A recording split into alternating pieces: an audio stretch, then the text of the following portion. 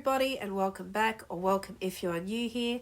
I'm Andrea M, and this is a special episode of Missing Down Under, and the first in a series exploring the 411 phenomena established by retired police detective David Paulides from the United States. Following his work on Bigfoot, Paulides' next project was Missing 411, a series of self-published books and 2 documentary films documenting unsolved cases of people who have gone missing in national parks and elsewhere under mysterious circumstances, and is also known as the Can-Am Project. According to Paulides, his work on the subject began when he was doing research in a national park, and an off-duty park ranger found him and expressed a concern about the questionable nature of some of the missing persons cases which had occurred in the parks. The ranger knew Paulides' background and asked him to research the issue. Paulides obliged and asserts that he uncovered multiple lines of evidence suggesting negligence on the part of the park service in failing to locate the missing people. He then broadened his investigation to include missing people from across the world, and this led to the belief that he uncovered a mysterious series of worldwide disappearances, which he said defied logical and conventional explanations. And you can watch David's videos here on YouTube, and his Missing 411 full movie is available also here on YouTube and Amazon Prime, and I'll be leaving links to David's work in my description box below. In my research for Missing Down Under, a few disappearances occurring in Australia and at least 2, and they were recent, in our local area exhibited disturbing similarities to Missing 411 cases investigated by David Paulides. So, to meet the criteria of a 411, the following elements need to be present. The victim disappears without a trace, usually surrounded by other people or in close proximity to other people. They usually disappear from a camping ground within a national park or a fishing spot or a hiking trail, and it's usually close to a body of water. Many times they are elderly persons or children, but can be of any age, honestly. Mostly they are never located, but if their remains are found, it's usually within a strange and hard to access space. In the few fortunate cases when the missing were found alive, it was miles from where they originally went missing, with no memory of how they got there, and if anyone had been with them or not. In today's video, we will be investigating 2 such cases from right here on my doorstep at nearby Brooms Head Beach, New South Wales. One is a very special request from our own Bianca Moroney, as a dear family friend of hers that she loved and admired is unfortunately one of the missing.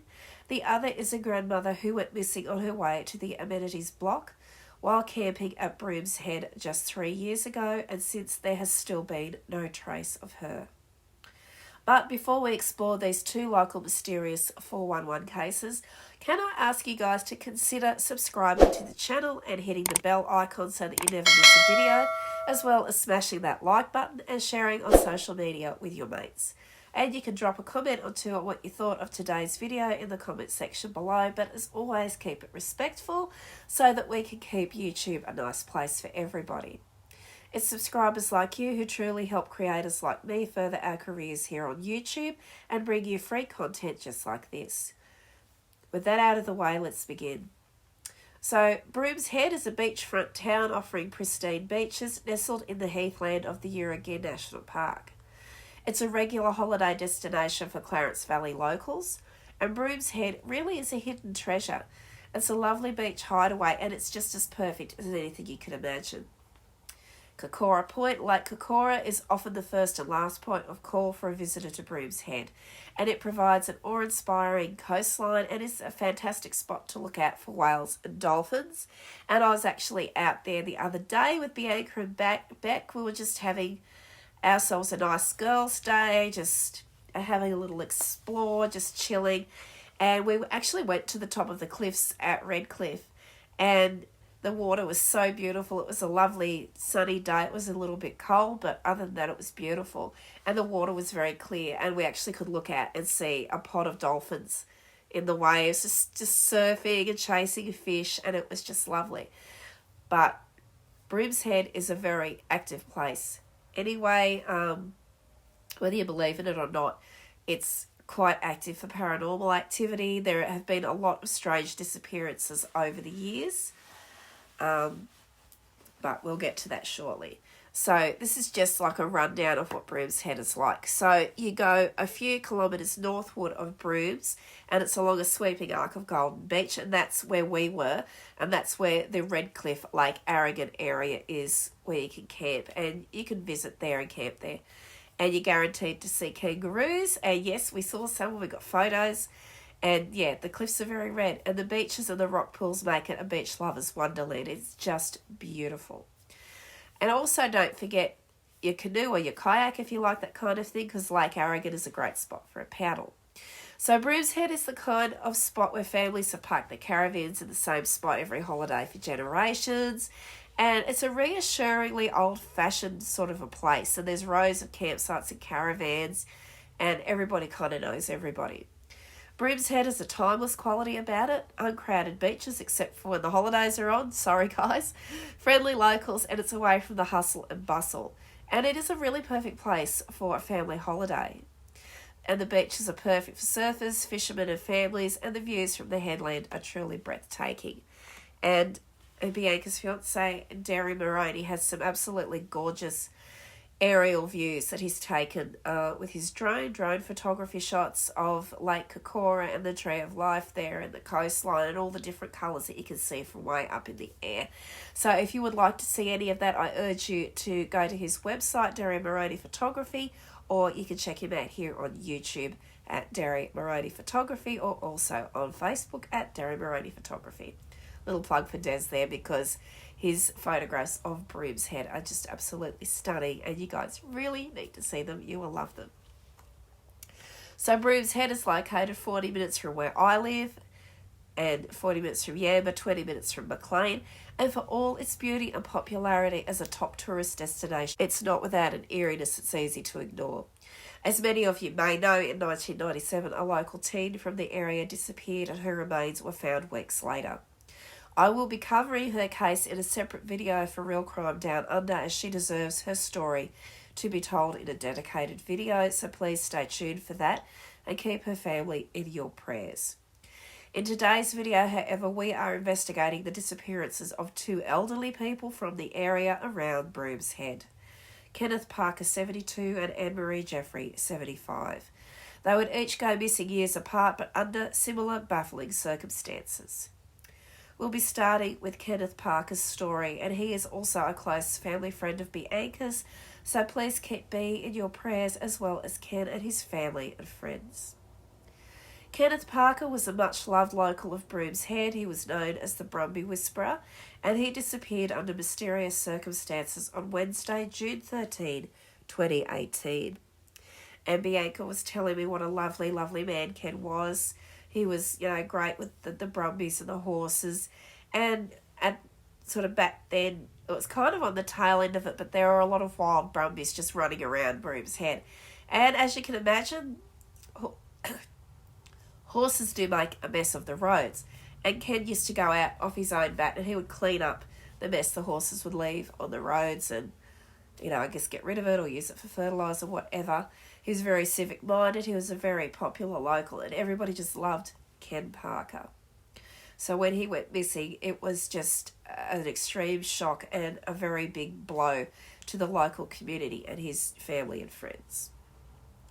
So Mr. Parker was aged 72 and was staying with a friend at a home on Jetty Road at Sandon Village. He told his friend he was heading down to the Sandon River to go fishing. However, his boat remained anchored at the jetty, but his fishing rod was missing.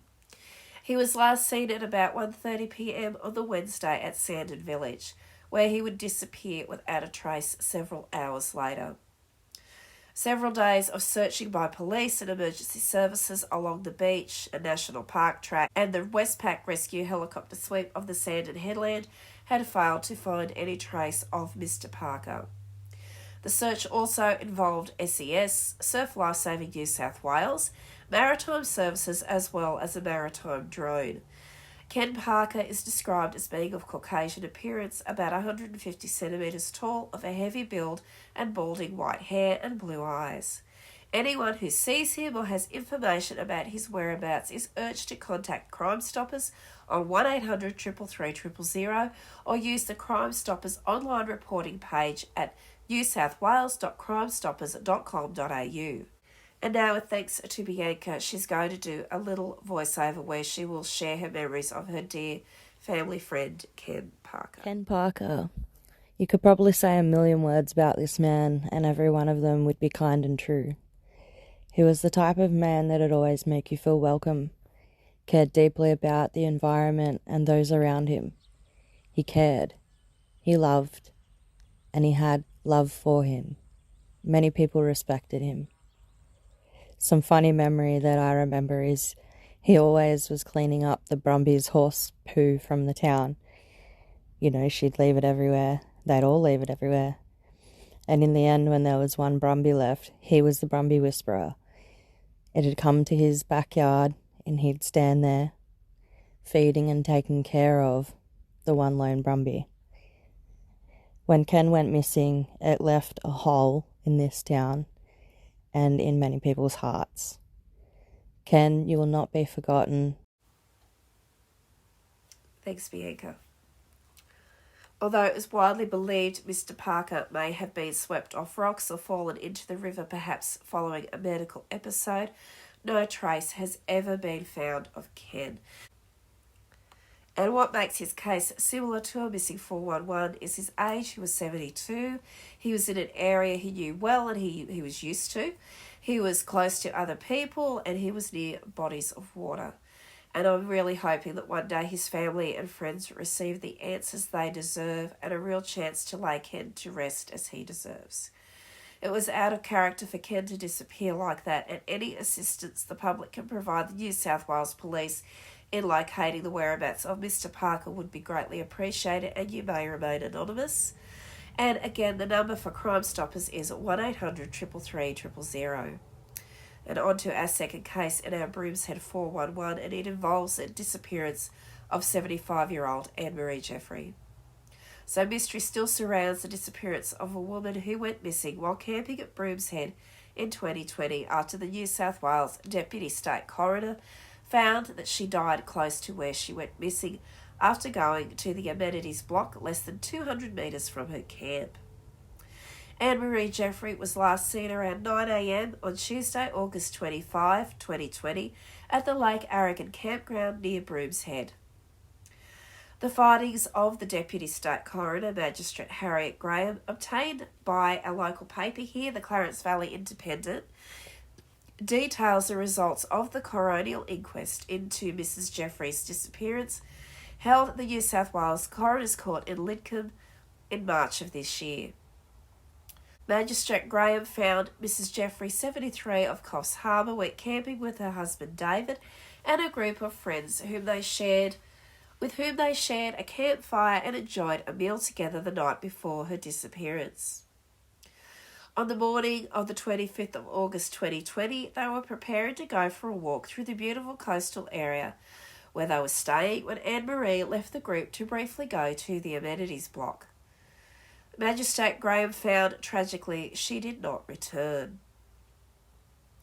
Unfortunately, the exact circumstances of her disappearance remain a mystery. And it was the second time that morning that Mrs. Jeffrey had gone to the amenities block. Magistrate Graham found, and a friend they were camping with, went to the same amenities block 10 minutes after Mrs. Jeffrey and returned without ever seeing her. When David realised their friend had returned but his wife had not, Magistrate Graham found he searched the amenities and the car park before driving around all the surrounding roads, searching for his wife and alerting the campground manager that she was missing. After searching for Anne-Marie at the lookout and the power station as suggested by the campground manager, Magistrate Graham found they contacted police, who were alerted to the situation at 10:30 a.m, which is very quick for a missing person. A large-scale air, land and sea search was conducted for Mrs. Jeffrey over several days, involving officers from the Coffs Clarence Police District, SES volunteers, National Parks and Wildlife personnel, and the Westpac Lifesaver Rescue Helicopter, and Yamba Surf Club members who were equipped with a drone very similar to Ken Parker's case years before. While searching commenced almost immediately, Anne-Marie was never found, and over 3 years later there is still no firm evidence to indicate what happened, Magistrate Graham found. In her background to the case, Magistrate Graham revealed that Anne-Marie used to be a senior nurse at a rehab hospital in Johannesburg, South Africa, where she met David Jeffrey when he was a postgraduate student, and they married in 1974. The couple had 2 children, Renee and Stephen, who were born in a small, remote African town before they decided to move to Australia in 1978 to bring up their children. In 2013, Anne-Marie was diagnosed with epilepsy after experiencing her first seizure and was prescribed medication to control the seizures. Then in 2019, when Anne-Marie went to a neurologist, she was diagnosed with a mild cognitive impairment, which was unfortunately expected to develop into Alzheimer's disease. When she suffered another epileptic seizure between November and December 2019, Mrs. Jeffrey's medication was then increased. The court heard Anne-Marie had suffered a gradual deterioration of her mental health, which for a woman as capable and vibrant as she was proved very difficult for her. David told the court that she understood what was happening and it was causing her distress, frustration, and at times periods of sadness and depression. Magistrate Graham found in the search for Anne-Marie, in my view, given the resource restraints, the search conducted was very adequate. It commenced very soon after Anne-Marie went missing, and it remains a mystery that she was not found. In determining if Anne-Marie was still alive, Magistrate Graham explained police had made inquiries into her bank accounts, business records, telephone records, and medical records. No activity has been detected which suggests suspicious activity or points to any suggestion that Anne-Marie may still be alive. Magistrate Graham found, having weighed up all the evidence before her, she was able to make the formal finding that Anne-Marie Jeffrey is most likely deceased. She made that finding on the balance of probabilities, knowing that Anne-Marie's remains have still not been discovered. And unfortunately, she would go on to say, I am unable to know or record the medical causes of her death. I am also unable to record the circumstances or manner of the death. However, there appears to be no evidence currently before me which would indicate either a suspicious death or a death that was intentionally self-inflicted. Anne-Marie Jeffries was aged 75 at the time of her disappearance. Described as Caucasian in appearance with white hair, she wore glasses and she had blue eyes.